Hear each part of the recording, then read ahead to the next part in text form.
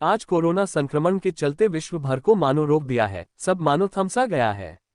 इस बड़ी आपदा से बचे रहने और दूसरों को बचाने का एकमात्र उपाय एक दूसरे के संपर्क में न आकर अपने को घर में रखना था। सुनकर बड़ा अजीब है, लेकिन यही सच है। मेरे मस्तिष्क में बस यही बात चल रही है कि इसका अंत है या नहीं। मैं बचपन में अक्सर ये सोचता था कि क्या कभी ऐसा हो सकता है कि सबको घर पर रहने को बोल दिया जाए, फिर क्या होगा। लेकिन 28 वर्ष के जीवन में ये समय सबसे विचित्र और खतरनाक दिख रहा है। इस संक्रमण के चलते सब कुछ बंद सा हो गया है।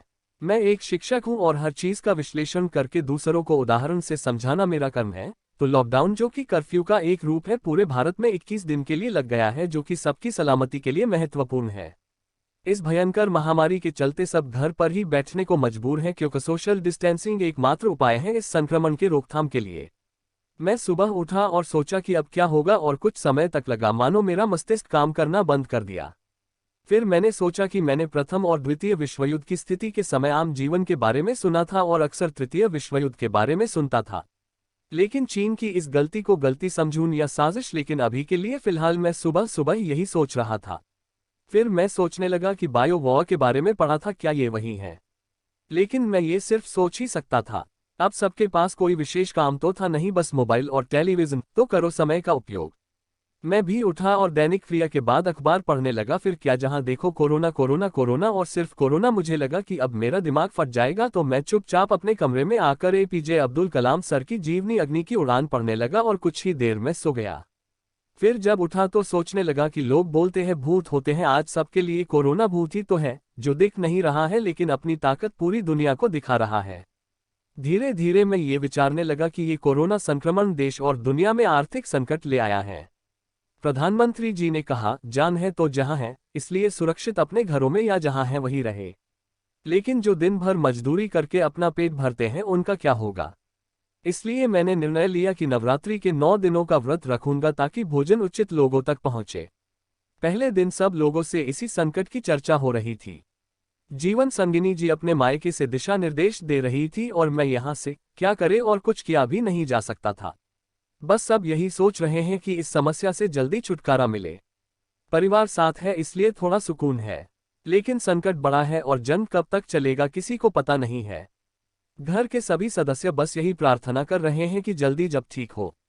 दोपहर के समय जब मैं अपने कमरे में गया तो खिड़की से चारों तरफ देखने लगा, लेकिन दूर दूर तक खेत और मकान दिख रहा था, लेकिन कोई बाहर नहीं दिख रहा था। कहने को तो कुछ धुरंधर रोड पे बाइक चलाकर दिख रहे थे, जो क्या दिखाना चाह रहे हैं समझ नहीं आ रहा था। मन तो मेरा उनको पीटने का कर रहा था कि सब घर में बैठने को बोल रहा है और ये आवारागर्दी से बाज नहीं आ रहे हैं। इतने में पुलिस की गाड़ी आते देख मुझे उम्मीद दिखी कि अब ये लोग रोकेंगे। गाड़ी रुकी और 2 जवानों ने देखा कि कुछ लड़के बिना किसी कारण घूम रहे हैं। पूछने पर सीना चौड़ा करके बोल रहे हैं, हम लोग घूम रहे हैं। फिर क्या, पुलिस ने समझाया, घर जाओ नहीं तो हम लोग तुमको घुमाते हैं। उनमें से एक नेतागिरी दिखा रहा था। इतने में एक लाठी पड़ी, सब भाग गए। ये देखकर सुकून मिला और पुलिस की गाड़ी सबसे निवेदन कर रही थी कि कृपया घर में रहे, सुरक्षित रहे, और ये सूचित करते करते गाड़ी आगे चली गई। मैं मोबाइल पे खबर देखते देखते इटली और अन्य देशों की स्थिति देखते देखते कब सो गया पता ही नहीं चला। शाम को लगभग 5 बजे उठा और देखा कि घर पर मेरी बहन और भांजी बोर हो रही थी और मुझसे कैरम खेलने की जिद कर रही थी। मैंने भी बिना समय गवाए कैरम खेलने लगा।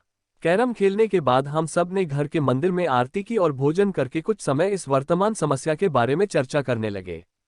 फिर सब अपने कमरों में चले गए और सबने एक दूसरे से निवेदन किया कि सिर्फ जो चीजें जरूरी हैं उन्हीं का इस्तेमाल करें और साफ सफाई के साथ साथ डेटोल और हैंड वॉश और साबुन से हाथ धोएंगे। वैसे तो ये कोई नई चीज नहीं थी, ये तो हमेशा हमारे घर में होता रहता है, क्योंकि लगभग सभी सदस्य पिताजी, चाचाजी, मझला भाई फौज में सैनिक हैं, इसलिए नियम का पालन हमेशा ही रहता है। फिर अपने कमरे में आकर मैं सोच ही रहा था कि जीवन संगिनी जी का फोन आया और अपनी दिन भर की घटना का वर्णन करने लगी। नींद तो आ नहीं रही थी, मुझे एक अजीब सी उलझन लग रहा था, और इसी बीच मेरी एपीजे अब्दुल कलाम सर की जीवनी अग्नि की उड़ान पढ़ते पढ़ते मैं लगभग 1 बजे सो गया। इस तरह लॉकडाउन का प्रथम दिन कोरोना के चर्चे के साथ खत्म हुआ, लेकिन कहानी अभी जारी है अगले भाग में। गुलदस्ता।